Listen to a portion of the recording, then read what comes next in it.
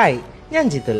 ഇവൻ എന്റെ ഫെബിൻ. ചില രാത്രികളിൽ ഉണ്ടാവുന്ന ഇതുപോലത്തെ സോപ്പിടലുകൾക്ക് പിന്നിൽ ഇത്തിരി ദുരുദ്ദേശങ്ങളൊക്കെ ഉണ്ട്. അവസാനം എവിടെ പോകാനാ തോന്നുന്നതെന്ന് ഫെബിൻ ചോദിക്കും. എങ്ങോട്ടേലും പോകാമെന്ന് ഞാനും പറയും. ഇത്തവണ എനിക്ക് നല്ല ഷുഗർ ക്രേവിങ്സ് ആയിരുന്നു. അതുകൊണ്ട് തന്നെ ഞങ്ങൾ നേരെ ബൺബോയിലേക്ക് വന്നു.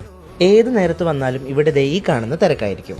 ഷുഗർ ക്രേവിങ്സ് ഉള്ള സമയത്തൊക്കെ ഇങ്ങോട്ട് വന്നു കഴിഞ്ഞാൽ ഇവരുടെ മെനുവിൽ ഏതെടുക്കുമെന്ന് കൺഫ്യൂഷൻ ആയിപ്പോവും.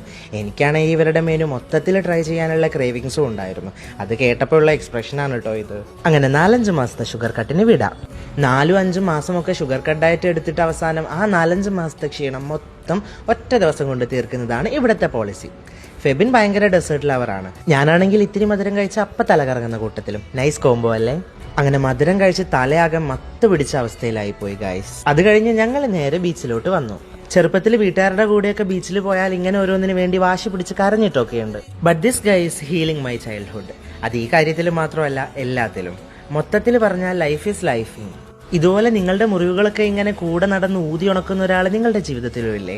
അയാളെ എന്തായാലും ഈ വീഡിയോക്ക് താഴെ മെൻഷൻ ചെയ്യും. അപ്പൊ വീണ്ടും കാണാം. Bye from Jitul.